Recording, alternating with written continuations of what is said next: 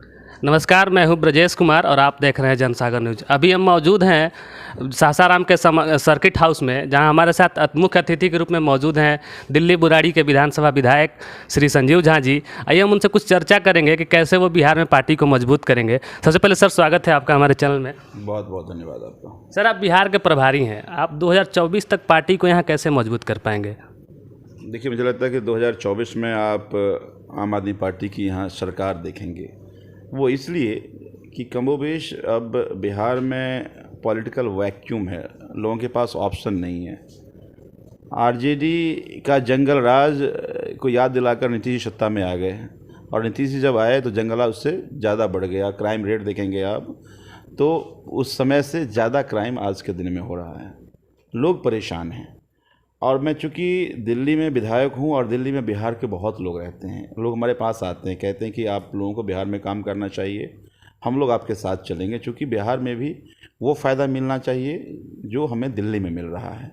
तो लोग आम आदमी पार्टी को विकल्प मान रहे हैं। ज़रूरत है हमें लोगों तक पहुँचने की, और यही अपने कार्यकर्ताओं को हमने कहा कि दिल्ली के 5 साल के गवर्नेंस के मॉडल की चर्चा ना केवल दिल्ली बल्कि देश विदेश में हो रहा है। बिहार के लोग बखूबी जानते हैं, चूँकि बिहार के लोग वहाँ हैं, तो हमें इस मॉडल को लेकर लोगों के बीच में जाना है। और साथ में जो बिहार की आज स्थिति है, बहुत उम्मीद से बिहार की जनता ने नीतीश जी को फिर चुना था, क्योंकि नीतीश जी ने कहा कि अगर अपोजिशन की सरकार आ जाएगी तो जंगल राज आ जाएगा। लोगों ने उसको रोक दिया। लेकिन आज नीतीश जी जनता के प्रति उनका ना तो कोई ध्यान है, पूरी रस्साकशी कुर्सी को लेकर है। और आप देखिए कि अभी मैं देख रहा था, जब मैं पटना में उतरा तो देखा खूब होर्डिंग लगी हुई है कि ललन सिंह जी राष्ट्रीय अध्यक्ष बने हैं जेडीयू के। मैं थोड़ा पोस्टर को गौर से देखा, हमने देखा कि एकमात्र जो केंद्र में मंत्री बने हैं आरसीपी जी, उनका पोस्टर गायब है। और सुनने में ये आ रहा है चूँकि मंत्री ललन सिंह जी को ही बनना था, उससे वो नाराज़ हैं। अब नाराज़ नीतीश जी से हैं या आरसीपी जी से, ये मुझे समझ में नहीं आया। लेकिन फिर जब मैं बिहार में घूम रहा था तो अगले दिन आरसीपी जी आए, तो आरसीपी जी की खूब पोस्टर लगी, उसमें ललन जी गायब थे।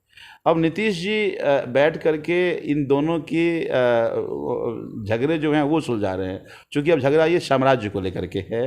क्योंकि अब नीतीश जी के बाद कौन इसका वारिस होगा, इनहेरिटेंस किसको जाएगा, कौन उत्तराधिकारी होगा, उसकी भी लड़ाई है। तो ये केवल सामान्य बात नहीं है कि पोस्टर से फ़ोटो गायब है। तो जब अब सूबे के मुख्यमंत्री अगर इस तरह की लड़ाई सुलझाने में लग जाएं तो फिर क्षेत्रीय राज्य की जनता अनाथ हो जाएगी, और वो है। ने दिल्ली में कि दिल्ली किसानों के लिए किया, अगर हम सब लोग आते हैं तो वो वही उसी तरह का इम्प्लीमेंटेशन बिहार के किसानों का भी होगा।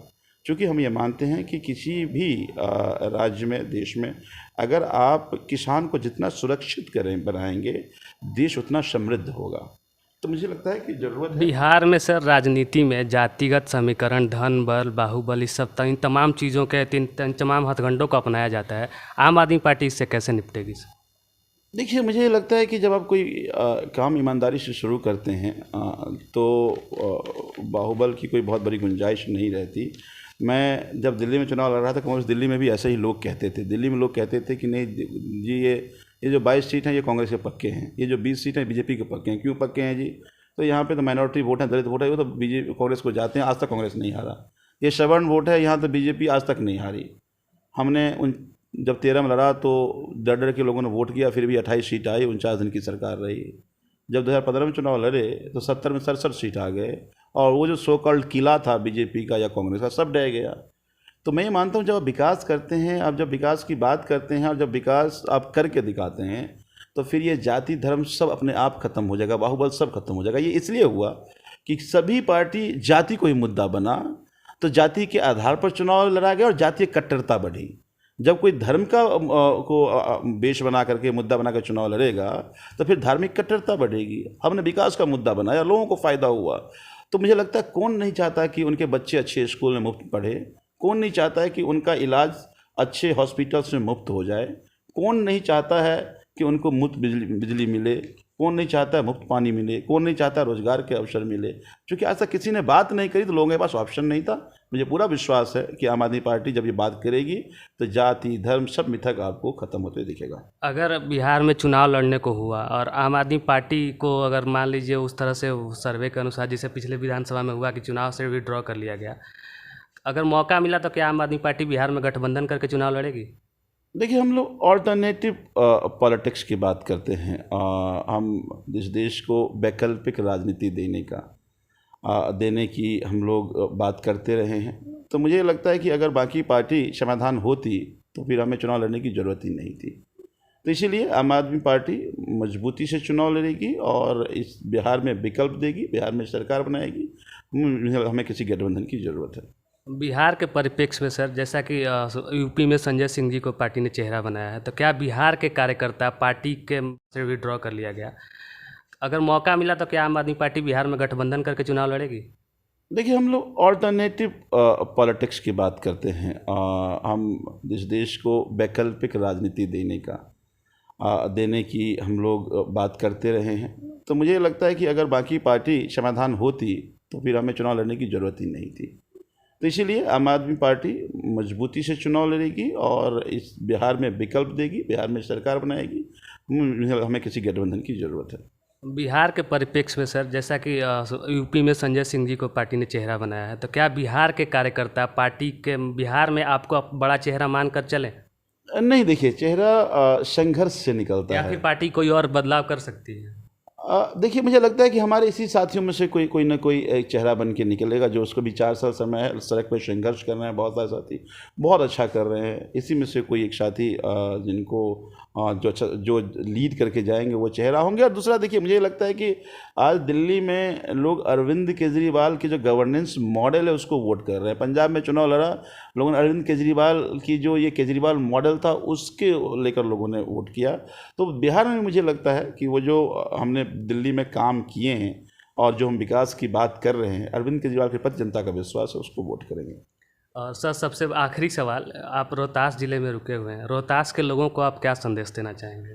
देखिए, बहुत हो गया जाति की राजनीति, बहुत हो गया धर्म की राजनीति। ना तो किसी जाति का भला हुआ, ना किसी धर्म का भला हुआ। मान लीजिए, जाति के नाम पर जिन लोगों ने राजनीति की, कम से कम इतना ही कह देते कि मैं आपकी जाति का नेता हूं, आपका सरकार बन गया। अब हमारे जाति का कोई भी ऐसा बच्चा नहीं होगा जो बिना नौकरी का बेरोजगार रहेगा। हमारी जाति का कोई ऐसा बच्चा नहीं होगा जिसको इलाज करने के लिए पैसे देने पड़ेंगे। हमारी जाति का कोई ऐसा बच्चा नहीं होगा जिसको पढ़ने में कोई पैसा लगेगा। तो मुझे लगता कि आधे बिहार का भला इसी में हो जाता। तो फ़ायदा तो आपको नहीं हुआ। वोट तो जाति के नाम पर ले लेता है, फिर वो लूट खसोट कर अपने परिवार और अपने घर में रखता है। तो हम सबको अब अपने फ़ायदे के लिए वोट किए। आप अपने बच्चों के अच्छे भविष्य के लिए, अच्छे स्कूल के लिए, अच्छे हॉस्पिटल के लिए, रोज़गार के अवसर हों उसके लिए, सामाजिक समरसता बनी रहे उसके लिए मुझे आपको वोट करो। और मुझे लगता है कि वो बस अगर इस देश में कोई एक पार्टी कर सकती है तो आम आदमी पार्टी कर सकती है। और आम आदमी पार्टी बिहार में एक विकल्प के तौर पर आपके सामने, मुझे पूरा विश्वास है कि आप सब लोग उस विकल्प के साथ आएंगे ताकि बिहार की बदहाली दूर हो, बिहार का जो भ्रष्टाचार है उससे लोग निजात मिले, जो क्राइम बिहार में है उससे बिहार को निजात मिले, आपके बच्चे सुरक्षित और उसको बेहतर भविष्य हो। इसके लिए आप सबको वोट करना चाहिए। आपने हमको समय दिया, इसके लिए बहुत बहुत धन्यवाद सर। और ये थे बुराड़ी विधानसभा के विधायक संजीव झा जी। आप देखते रहिए जनसागर न्यूज़। Thank you.